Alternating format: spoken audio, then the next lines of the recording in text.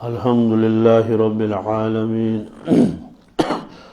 والصلاة والسلام على سيد الأنبياء والمرسلين وعلى آله الطيبين الطاهرين وعلى من تبعهم بإحسان إلى يوم الدين.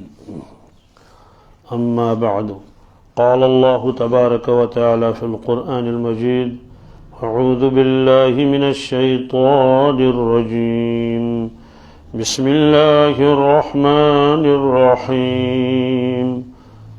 إنا نحن نزلنا الذكر وإنا له لحافظون.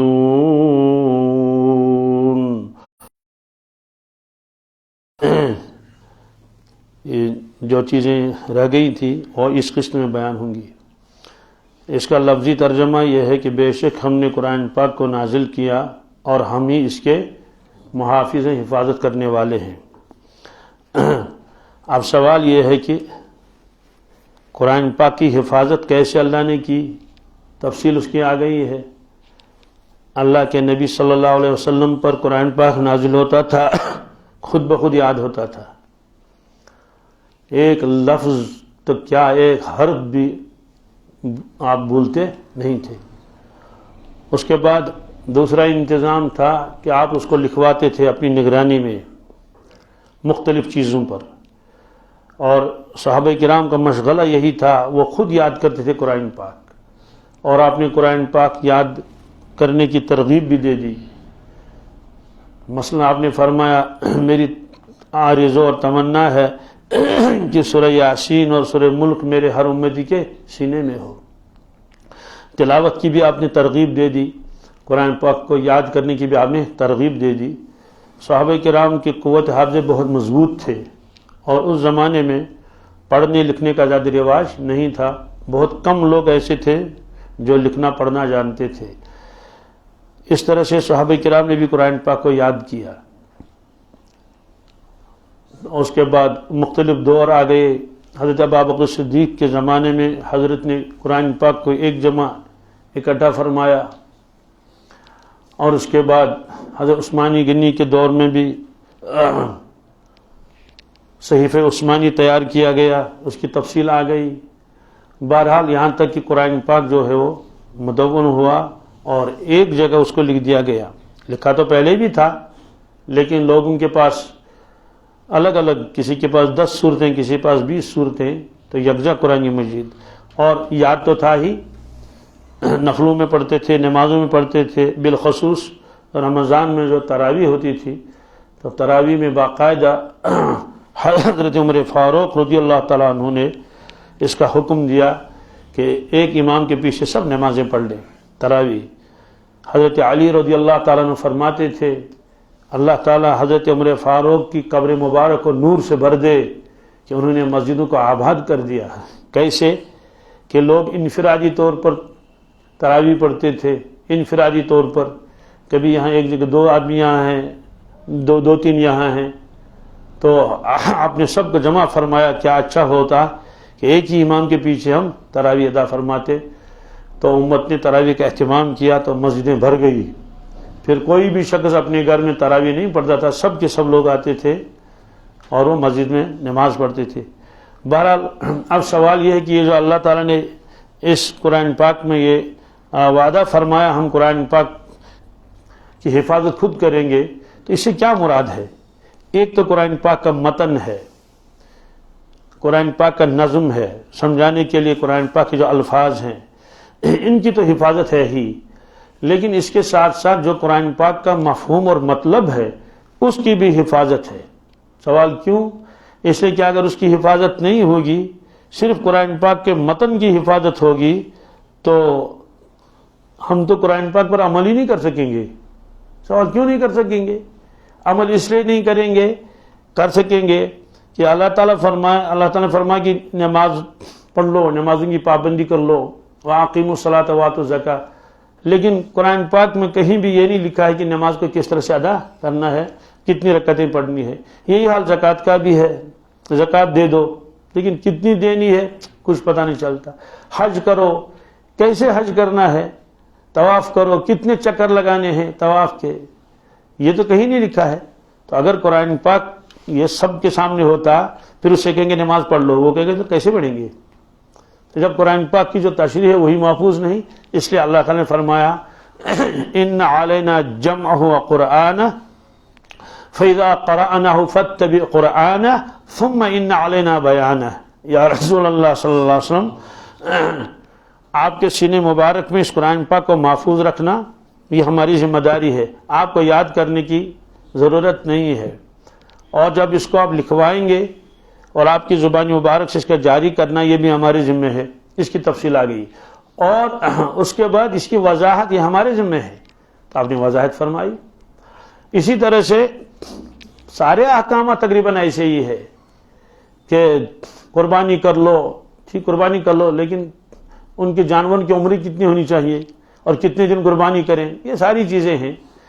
اسی طرح سے قرآن پاک کی بہت سارے ایسے آیتیں ہیں، اگر شان نزول معلوم نہیں ہوگا تو قیامت تک بھی آدمی ان آیتوں کا صحیح مفہوم نہیں سمجھے گا۔ مثال کے نبی لم تحرم ما احل اللہ لک، اے نبی صلی اللہ علیہ وسلم آپ نے اس چیز کو اپنے اوپر حرام کیوں کر لیا قسم کھا کر جو ہم نے آپ کے لیے حلال کر رکھی تھی؟ سوال ہے کہ وہ کون سی چیز تھی جس کو اللہ نے حلال کیا تھا اور حضرت نے اپنے اوپر کیا کر لیا؟ حرام کر لیا۔ تو جب تک اس کا شان نزول معلوم نہیں ہوگا قیامت تک تو اس آیت کو آدمی سمجھے گا ہی نہیں۔ ترجمہ تو کر سکتے ہیں، اے نبی کیوں حرام کیا آپ نے اس چیز کو جو اللہ نے تمہارے لیے حلال کر رکھی ہے؟ تو شان نزول جب تک معلوم نہ ہوا کہ واقعہ پیش آئے گا شہد کا، کس کا؟ آپ نے فرمایا میں شہد نہیں کھاؤں گا۔ تو شان نزول جب تک معلوم نہیں ہوگا تو مفسر کیا لکھے گا؟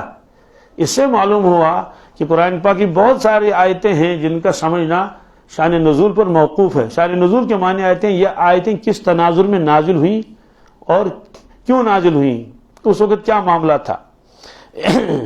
اسی طرح سے قرآن پاک میں تذکرہ ہے مسجد ضرار کا، کس کا؟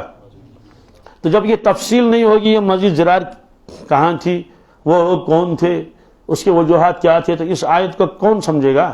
لفظی ترجمہ تو معلوم ہو جائے گا، والذین اتخذوا مسجدا ضرارا وکفرا وتفریقا بین المؤمنین وارصادا لمن حارب اللہ، اور یہ تو ہوگا، لیکن وہ مسجد ضرار کہاں تھی، کیوں بنائی، کس نے بنائی، کس کے مشورے سے وہ طے ہوا؟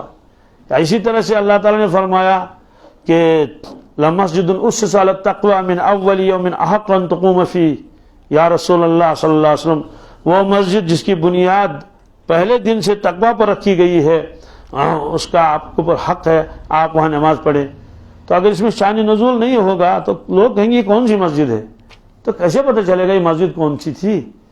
یا اسی طرح سے اللہ تعالیٰ فرماتے ہیں سورہ توبہ میں وَعَلَى الثَّلَاثَةِ الَّذِينَ خُلِّفُوا حَتَّى إِذَا ضَاقَتْ عَلَيْهِمُ الْأَرْضُ بِمَا رَحُبَتْ وَضَاقَتْ عَلَيْهِمْ أَنفُسُهُمْ وَظَنُّوا أَن لَّا مَلْجَأَ مِنَ اللَّهِ إِلَّا إِلَيْهِ ثُمَّ تَابَ عَلَيْهِمْ لِيَتُوبُوا إِنَّ اللَّهَ هُوَ التَّوَّابُ الرَّحِيمُ۔ اللہ تعالیٰ فرماتے ہیں کہ اللہ تعالیٰ نے توجہ فرمائی ان تین شخصوں پر، کن پر؟ جن کا معاملہ ملتوی رکھ دیا گیا تھا، التوا میں چھوڑ دیا گیا، یہاں تک کہ ان کی پریشانی اس درجے کو پہنچی کہ ان کو زمین بھی تنگ ہونے لگی، باوجود فراغت زمین بہت فراخ ہے، اور حتیٰ کہ اپنی جانیں بھی ان کو جو ہے وہ ان پر تنگی کرنے لگی۔ بہرحال پھر اللہ نے ان پر توجہ کی اور ان کی توبہ قبول ہوگی۔ سوال ہے کہ کون تین شخص تھے، اس کا واقعہ کیا تھا؟ تو پھر اللہ نے کیا توجہ ان پر ڈال دی؟ یہ ساری چیزیں تو قرآن پاک میں لکھی ہوئی تو ہے ہی نہیں، اسے اس کا پتہ چلا کہ شان نزول کیا ہے۔ شان نزول پھر وہ واقعہ سارا آئے گا کہ تبوک میں یہ تین حضرات نہیں گئے تھے، پھر وہ تین حضرات کون تھے، یہ تو نہیں لکھا یہاں۔ خلاصہ یہ ہے کہ قرآن پاک میں بہت سی آیتیں ایسی ہیں اگر آدمی اس کا ترجمہ تو کر لے گا لیکن اس کا مطلب کیا ہے یہ قیامت تک کوئی حل نہیں کرے گا۔ اس کا مطلب تو یہی ہوا کہ اللہ نے فرمایا میں اس آیت کی حفاظت کروں گا وَعَلَى الثَّلَاثَةِ الَّذِينَ خُلِّفُوا، لیکن اس کا جو واقعہ پیش آیا ہے میں اس واقعے کی بھی حفاظت کروں گا تاکہ لوگوں کو معلوم ہو جائے۔ اس طرح معلوم یہ ہوا جو اللہ تعالیٰ نے فرمایا میں قرآن پاک کی حفاظت کروں گا، صرف قرآن پاک کا نظم اور آیتیں ہی مراد نہیں ہے بلکہ اس کا جو مفہوم ہے اور جو اس کا مطلب ہے اس کی بھی اللہ تعالیٰ نے ذمہ داری لے لی، حفاظت کی۔ تو سوال یہ ہے کہ قرآن پاک جو ہے اس کا مطلب کہاں لکھا ہے؟ تو سب سے پہلا جو ہے اس کی وضاحت خود کی ہے اللہ کے نبی صلی اللہ علیہ وسلم نے۔ یہ تو طے ہے، کیونکہ آپ ہی تو آیتوں کی صحیح تشریح بتاتے تھے صحابہ کرام کو۔ اب آپ فرماتے تھے صرف قرآن پاک لکھو، حدیثیں لکھنے کی اجازت ہی نہیں تھی، حدیثیں لکھنے کی آپ منع فرماتے تھے۔ کیوں منع فرماتے تھے؟ اس کی وجہ ہے۔ لیکن آپ نے یہ بھی فرمایا الا انی اوتیت القرآن ومثلہ، لوگوں یاد رکھو مجھے اللہ نے قرآن پاک دے دیا ہے جو لکھواتے ہیں ہم، لیکن ومثلہ معہ، اس کے ساتھ اللہ تعالی نے مجھے اور بھی کچھ عطا فرمایا ہے جو اسی کے مثل ہے، یا تو مقدار میں یا تو اس کے اوپر عمل کرنے میں۔ تو وہ کیا چیز ہے؟ تو وہ احادیث ہے۔ تو معلوم ہوا کہ قرآن پاک بھی وہی ہے اور احادیث بھی وہی ہے، البتہ دونوں میں فرق ہے۔ فرق یہ ہے کہ قرآن پاک جو ہے یہی الفاظ آسمان سے نازل ہوئے ہیں، لوح محفوظ میں یہی لکھا ہوا ہے، تو اسی کی کتابت آپ کراتے تھے، اسی کو آپ قرآن نماز میں دہراتے تھے۔ اس کے علاوہ جو دوسری وحی ہے جسے وحی غیر مطلوب کہتے ہیں، جس کی تلاوت نہیں کی جاتی ہے، اس کا مفہوم تو اللہ تعالیٰ کا ہوتا تھا، لیکن الفاظ خود اللہ کے نبی صلی اللہ علیہ وسلم کے ہوتے تھے۔ آپ اپنے بیانات میں اس کو اپنے انداز پر بیان فرماتے تھے۔ اب سوال ہے کہ قرآن پاک کو تو آپ نے لکھوایا، حدیثوں کو بھی لکھواتے کہ بھائی حدیثیں بھی لکھو اور قرآن پاک الگ رکھ دو، حدیثیں الگ، تو اس وقت خلط ملط ہو جاتا ہے کیا؟ اس لیے آپ نے فرمایا کہ بھائی حدیثیں مت لکھو، اس کی اجازت نہیں ہے۔ اور چونکہ آپ وہاں بھی یہی چاہتے تھے، لکھنے سے زیادہ یہ لوگ اپنے قوت حافظہ کو کام میں لائیں۔ کیوں؟ جب آدمی لکھ لیتا کوئی چیز تو پھر اس کو یاد کرنے کے زیادہ اہتمام نہیں کرتا، کہتے ہیں وہ تو لکھا ہوا ہے ہی، لکھا ہوا۔ تو جو چیز لکھی ہوئی نہیں ہے تو وہ چاہتا ہے کہ یہ چیز مجھے یاد رہے۔ اور صحابہ کرام تو گویا کہ چیزوں کو لکھنے کے لیے تو معیوب سمجھتے تھے، کہتے ہیں اس کا قوت حافظہ کمزور ہو گیا، اتنا یہ لکھ رہا ہے کیا؟ اس لیے وہ زیادہ زور دیتے کس پر؟ جی۔ تو چونکہ یہ جو وضاحت ہے تو آپ نے خود اس کو فرمایا کہ لکھا مت کرو۔ اور ایک موقع پر آپ نے فرمایا کہ من کتب انی غیر القرآن فلیمح، جس شخص نے اپنے اعتبار سے میری احادیث کو لکھا ہے قرآن پاک کے علاوہ، وہ اس کو مٹا دے، وہ اس کو۔ تو آپ نے خود فرمایا کہ حدیثیں مت لکھو۔ سوال ہے کیوں؟ اس کی وجہ یہی تھی کہ کہیں ایسا نہ ہو کہ ایک صحابی قرآن پاک بھی لکھ رہا ہے، اس کے ساتھ ساتھ حدیثیں بھی لکھ رہا ہے، اب خلط ملط ہو جائے گا، تو بعد میں کون بتائے گا یہ ٹکڑا حدیث کا ہے اور یہ ٹکڑا قرآن پاک ہے؟ آپ نے پابندی لگا دی، صرف قرآن پاک لکھ دو، حدیث کو کیا کریں گے؟ تو اس کی ترغیب دے دی کہ آپ اس کو یاد کر لو، کیا کر لو؟ یاد کر لو۔ اور اس کی تاکید آپ نے کی۔ چنانچہ آپ نے فرمایا جو لوگ میری مجلس میں حاضر ہوں وہ غیر حاضروں کو میری حدیث پہنچائے، کیا؟ الا فلیبلغ الشاہد الغائب، لوگوں جو یہاں حاضر ہیں وہ ہمارے ارشادات دوسروں تک پہنچائیں۔ وہاں صرف قرآن پاک کی مراد، وہ تو لکھتے تھے، لوگ یاد بھی کرتے تھے۔ اور حضرت انس فرماتے ہیں رضی اللہ تعالیٰ عنہ، جب اللہ کے نبی صلی اللہ علیہ وسلم بیان فرماتے تھے، مجلس ختم ہو گئی تو بعض لوگ وہیں بیٹھے رہتے تھے۔ سوال وہاں بیٹھے تھے کیا کرتے تھے؟ کہتے ہیں جو واعظ فرمایا رسول اللہ صلی اللہ علیہ وسلم نے، تو صحابہ کرام آپس میں اس کا مذاکرہ کرتے تھے اور کوشش کرتے تھے وہی الفاظ یاد رہیں، وہی الفاظ۔ تو حضرت عمر فاروق رضی اللہ تعالیٰ عنہ، انہوں نے ایک انصاری کے ساتھ باری مقرر کر لی تھی، جب فرمایا تھا دیکھو جس دن آپ کو کام ہو اور اس دن میں حاضر رہوں گا، اور جس دن مجھے کام ہو اس دن آپ حاضر رہیں گے، تاکہ آپ جو ہے وہ جو میں سنوں گا تو آپ کو بتا دوں گا، جو آپ سنیں گے وہ مجھے بتا دیں گے۔ ظاہر سی بات ہے وہاں قرآن پاک مراد نہیں تھا، وہ حضور صلی اللہ علیہ وسلم کے ارشادات مراد تھے۔ بلکہ مکہ شریف کے دور میں بھی حضرت نے ایسا ہی کیا تھا، گھر کا کام بھی کرتے تھے۔ حضرت عمر فاروق رضی اللہ تعالیٰ عنہ کے پاس بکریاں اور بھیڑ بہت تھے، حضرت خود بھی تشریف لے جاتے تھے بھیڑ بکریوں کے ساتھ۔ تو ایک اور وہاں صحابی تھے، تو ان سے فرمایا کہ ہم دونوں آ رہے ہیں یہاں، تو کیوں نہ ایسا کریں آپ کے بھیڑ بکریوں کی نگرانی میں کر لوں اور آپ حضور کی خدمت میں رہیں. کیا رہیں؟ حضور کی خدمت میں رہیں. اور پھر اگلے دن میں جاؤں گا, آپ یہاں رہیں. مقصود تو یہی تھا جو ارشادات آپ فرما رہے ہیں مجلس میں وہ مجھ تک بھی پہنچے. تو اس طرح سے آپ نے گویا کہ ترغیب دے دی قرآن و حدیثوں کو یاد کرنے کی, لیکن لکھنے کی نہیں. حضرت ابو ہریرہ رضی اللہ تعالیٰ عنہ کا واقعہ مشہور ہے, مدینہ طیبہ کا واقعہ ہے. انہوں نے کہا حضرت میں آپ کے ارشادات سنتا ہوں لیکن میں بھول جاتا ہوں. شکایت کی اپنی قوت حافظہ کی کمزور ہونے کی. اس کا مطلب ہے کہ ہم جیسا حافظہ تھا, نہیں, اپنے اعتبار سے. تو آپ نے فرمایا ٹھیک ہے اپنی چادر پھیلاؤ. تو آپ نے اپنی چادر اتاری, اس کو اپنے سامنے ایسے پھیلایا جیسے ہم دسترخوان پھیلاتے ہیں. تو اس کے بعد حضرت ابو ہریرہ فرماتے ہیں کہ آپ نے ایسے دونوں دشن مبارک ملائے تو کوئی ایسی چیز آپ نے اس پر ڈال دی جو نظروں میں نہیں آتی تھی, یعنی کوئی غیر محسوس چیز ایسے اٹھا کے اس کے اوپر رکھ دیا. یہ واقعہ بخاری شریف میں ہے. تو فرماتے ہیں کہ اس کے بعد آپ نے فرمایا اس کو سمیٹ لو چادر کو. تو میں نے چادر مبارک کو سمیٹ لیا. تو میں نے کہا اس کو کیا کرنا ہے؟ فرمایا اپنے سینے مبارک کے ساتھ لگا لو. تو فرماتے ہیں کہ واللہ ما نسیت بعدہ شیئا, قسم اللہ کی اس کے بعد میں بھولا ہی نہیں کبھی کچھ. جو سنتا تھا وہ یاد رہتا تھا, جو سنتا تھا وہ یاد رہتا تھا. تو اب سوال یہ ہے کہ اس طرح سے آپ نے دعا بھی دے دی, لکھنے کی نہیں یاد کرنی. کیا فرمایا؟ نظر اللہ عمران سمع منا حدیثا فحفظہ. اللہ تبارک تعالیٰ اس شخص کو تر و تازہ رکھے, خوش و خرم رکھے جو ہم سے کوئی حدیث سنے پھر اس کو یاد کرے. کیا؟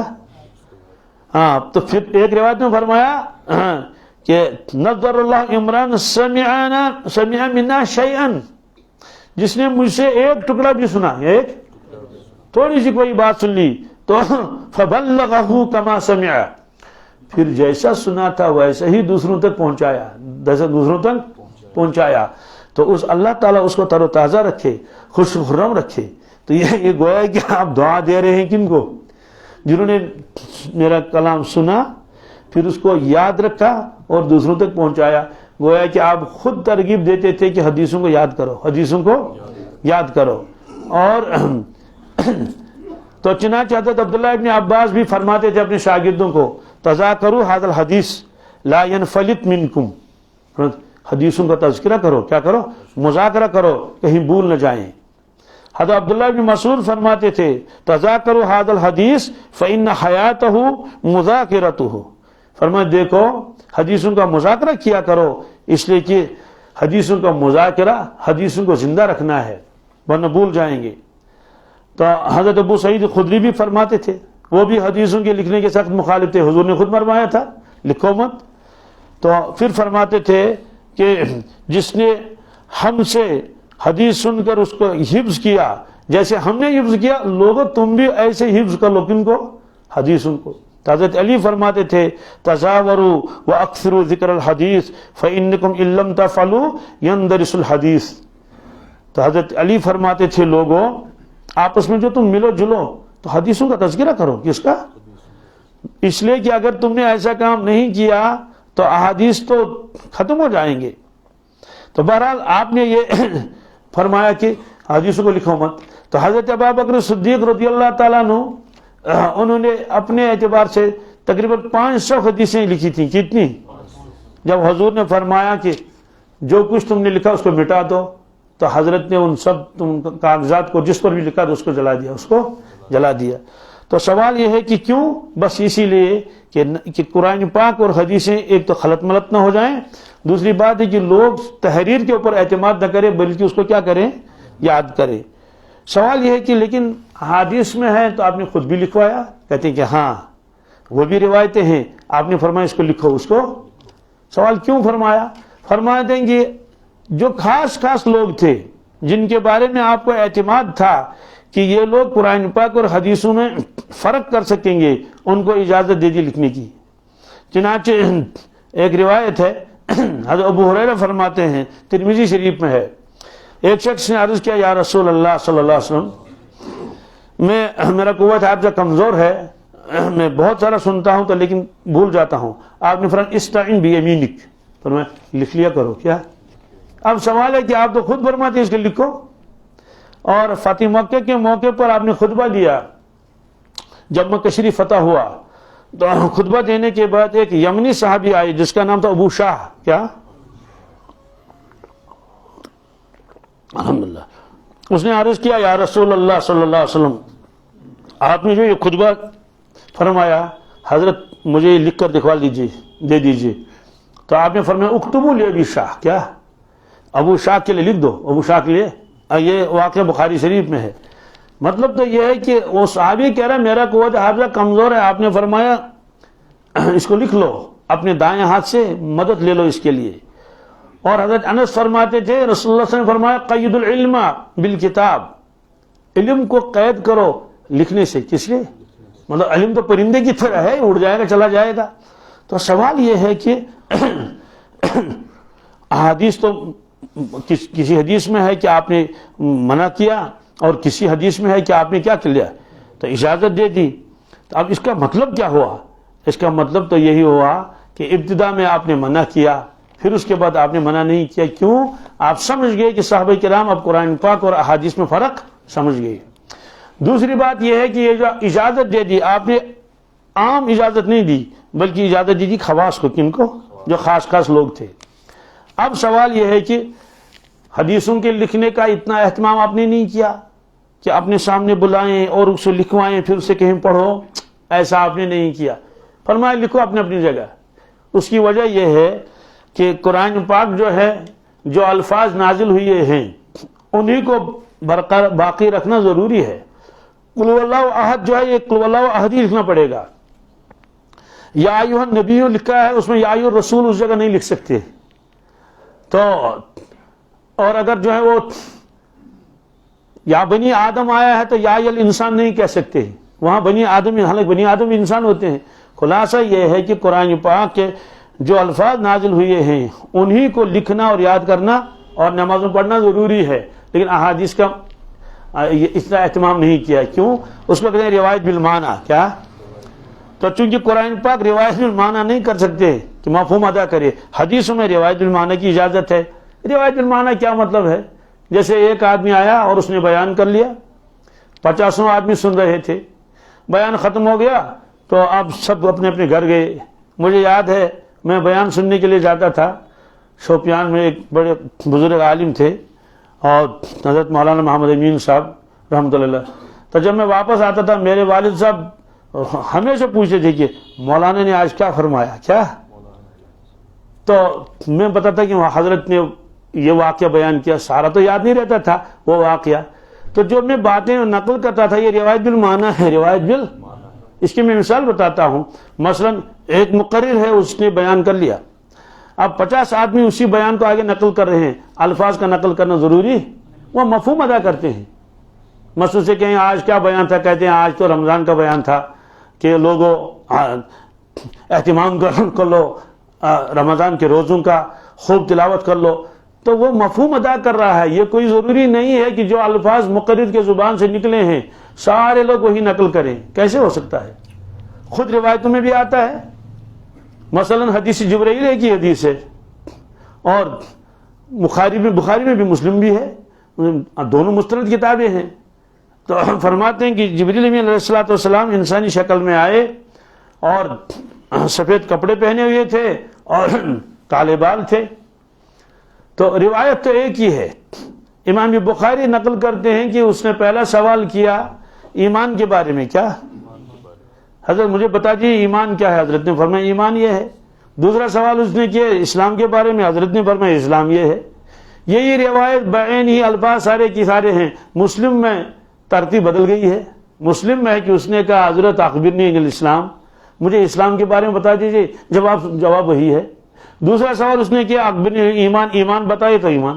تو سوال یہ ہے کہ روایتیں دونوں کتابوں میں ہیں لیکن ایک جگہ تقدیم ہے کہ پہلے ایمان کا تذکرہ پھر اسلام کا، اور مسلم میں پہلے اسلام کا تذکرہ پھر ایمان کا تذکرہ ہے. تو معلوم یہ ہوا کہ کوئی ترتیب رکھنی بھی کوئی اتنی ضروری نہیں تھی. ہاں رہے تو نور علی نور، لیکن نبی رہے کوئی بات نہیں ہے. یہی وجہ ہے کہ الفاظ بدلے ہوئے ہوتے ہیں. اور صحابہ کرام جب حدیثوں کو سناتے تھے اس طرح نہیں جیسے آپ نے پڑھ لیا انا اعطیناک الکوثر فصل لربک وانحر ان شانک هو الابتر. یہ یقینی ہے اتنا ہی. حدیثوں کو سنانے کے بعد کہتے تھے او کما قال صلی اللہ علیہ وسلم. اس کا مطلب تو یہ ہے کہ صحابی فرماتے ہیں کہ جو میں سنا رہا ہوں لوگوں تم کو ایسا ہی فرمایا حضور صلی اللہ علیہ وسلم. کیا ایسا ہی فرمایا؟ اس کا مطلب یہ ہے کہ الفاظ آگے پیچھے ہو سکتے ہیں، الفاظ آگے پیچھے ہو سکتے ہیں. تو اسی طرح سے تو احادیث میں اسی لیے آتا ہے نا، کوئی روایت مختصر ہے کوئی روایت لمبی ہے. یہ مطلب تھوڑی ہے کہ ایک آدمی علم ترا پڑھ لے وہ لمبا ہوگا، دوسرا بھی علم ترا سنائے وہ چھوٹا ہوگا. نہیں، تو قرآن پاک کا ایک ایک لفظ اسی طرح سے ادا کرنا ضروری ہے جس طرح سے وہ نازل ہوا ہے. احادیث کا یہ معاملہ نہیں ہے. لیکن مجموعی اعتبار سے احادیث موجود ہیں، احادیث ان کا ذخیرہ موجود ہے. کیونکہ آپ نے پہلے منع کیا تھا حدیث مت لکھو، لیکن اس کے بعد آپ نے کیا فرمایا کہ احادیث لکھ لیا کرو. تو صحابہ کرام اپنے اپنے اعتبار سے پھر احادیث لکھتے تھے. اور ایک واقعہ بھی ہے حضرت عبداللہ ابن عمرو بن العاص رضی اللہ تعالیٰ عنہ کا. وہ فرماتے ہیں میں رسول اللہ صلی اللہ علیہ وسلم کے احادیث کو لکھتا تھا اپنے اعتبار سے. تو اب جب صحابہ کرام کو معلوم ہوا کہ حضرت عبداللہ ابن عمرو بن العاص لکھ رہے ہیں تو لوگوں نے اسے منع کیا کہ بھائی آپ کو لکھنا نہیں چاہیے. کہا کیوں؟ کہ اللہ کے نبی صلی اللہ علیہ وسلم کبھی ایک حال میں ہوتے ہیں کبھی دوسرے حال میں ہوتے ہیں. ہر وقت جو ہے وہ ہر چیز لکھنے کی وہ نہیں لکھنا چاہیے. کہا کیوں؟ کہ آپ کبھی ناراض ہوتے ہیں تو اس وقت زبان مبارک سے اسی انداز کا کلام نکلے گا. جیسے کسی کو کہتے ہیں نا کہ بھائی آج اس کو موڈ ٹھیک تھا تو یوں کہا، موڈ ٹھیک نہیں تھا یوں کہا. تو اب آپ نے لکھنا چھوڑ دیا. لیکن خود فرماتے ہیں میں اللہ کے نبی صلی اللہ علیہ وسلم کی خدمت میں آیا اور میں نے کہا یا رسول اللہ صلی اللہ علیہ وسلم میں آپ کے احادیث لکھتا تھا اور یہی کہ یہ حضور نے فرمایا، یہ نہیں کہ یہ قرآن پاک ہے، نہیں، الگ سے یہ حضور کا فرمان ہے. لیکن میرے ساتھیوں نے مجھے منع کیا کہ لکھنا نہیں چاہیے، کیونکہ انسان کی ایک حالت نہیں ہوتی ہے، کبھی خوشی کبھی غم کبھی غصہ کبھی وہ. اس کے حضرت آپ کیا فرماتے ہیں اس سلسلے میں؟ آپ نے فرمایا اکتب. کیا؟ فوالذی نفسی بیدہ ما خرج منہا الا الحق. یہ ابو داود اور دارمی میں روایت ہے. فرمایا کہ لکھ لیا کرو قسم اس پروردگار کی جس کے ہاتھ میں میری جان ہے، ما خرج منہا الا الحق، میری زبان سے حق کے علاوہ کوئی چیز نہیں نکلتی. مطلب تو یہ ہے کہ میں عام انسانوں کی طرح نہیں ہوں کہ غصے سے مغلوب ہو گیا، غصے سے اور ادھر کہا ادھر کہا، پھر اس کے بعد معافی مانگ رہا ہے مساری میں مجھے معاف کر دو، میں غصے سے جو ہے وہ غصے کی حالت میں میری زبان سے ایسا نکلا تھا.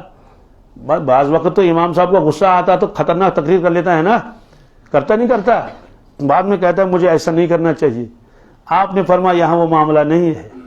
میں کسی بھی حالت میں ہوں، کسی بھی جو بھی بات کر لوں، چاہے کسی پر ناراض ہوں، غصہ ہو، کچھ ہو، غمی ہو، خوشی ہو، ہر وقت جب بھی نکلے گا تو حق نکلے گا میری زبان سے. نعوذ باللہ من ذالک کوئی غلط کلام میری زبان سے کبھی نکلے گا ہی نہیں. اور شارحین لکھتے ہیں اللہ کے نبی صلی اللہ علیہ وسلم کی حفاظت کی جو ذمہ داری اللہ نے لی ہے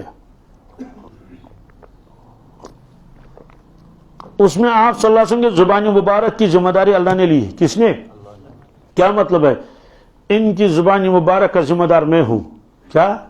ان کی زبان مبارک کا ذمہ دار میں ہوں. یعنی ضمانت اللہ لے رہے ہیں.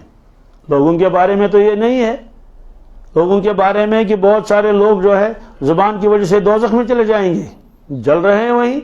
کیوں؟ کہ تو تمہاری زبان کی کھیتی ہے، زبان کی. لیکن آپ صلی اللہ علیہ وسلم کے بارے میں فرمایا وما ينطق عن الهوى ان هو الا وحی یوحى. حضرت رسول اللہ صلی اللہ علیہ وسلم جو بولتے ہیں یہ اپنی خواہشات کے اس پر بل پر نہیں بولتے ہیں، بلکہ یہ اللہ کی جانب سے کیا ہوتی ہے؟ وحی ہوتی ہے. اسی لیے اگر آپ نے کسی وقت مذاق کیا تو فقہاء کرام نے اس سے بھی مسائل نکالے. کیا؟ جی ایسے ہنسی مذاق میں کچھ بتا دیا تو فقہاء کرام نے اس سے بھی کیا نکالے؟ مسائل نکالے. تو بہرحال حضرت عبداللہ بن عمرو بن العاص جو ہیں اس کے بعد پھر انہیں لکھنا شروع کر دیا.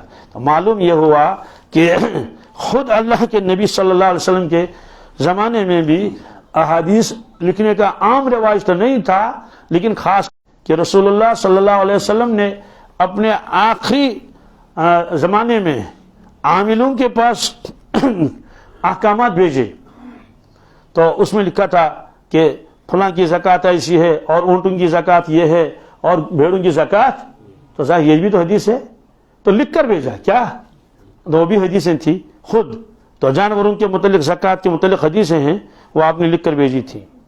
اسی طرح عبداللہ ابن حکیم فرماتے ہیں، یہ ترمذی اور نسائی دونوں میں روایت ہے، فرماتے ہیں کہ ہمارا قبیلہ جوہینیہ کہلاتا ہے، آپ صلی اللہ علیہ وسلم کا ایک خط ہمارے پاس پہنچا جس میں اور احکامات بھی تھے، اور یہ بھی تھا کہ مردار جانور کی کھال دباغ سے پاک ہو جاتی ہے۔ یہ لکھ کے بھیجا اللہ کے نبی صلی اللہ علیہ وسلم نے، صرف یہ نہیں فرمایا کہ ان کو یہ بتانا، نہیں، تاکہ ان کے پاس میں محفوظ رہے یہ روایت۔ اس کا مطلب کیا ہے؟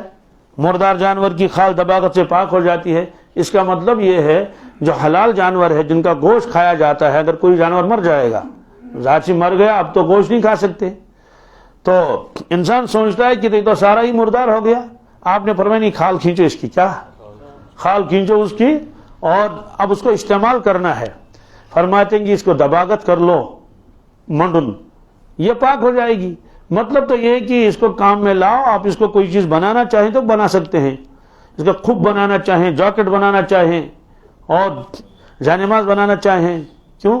کہتے ہیں کہ یہ ناپاک نہیں ہوتا ہے، ہاں جب اس کو آپ دباغت کریں گے، صاف کریں گے، اوپر والا حصہ تو پاک ہی رہے گا جس میں بال لگے ہوئے ہیں، لیکن اندر والا حصہ وہ گوشت شکست لگا رہتا ہے نا، بس دباغت جب کرتے ہیں تو اس کو خشک کرتے ہیں، کیا کرتے ہیں؟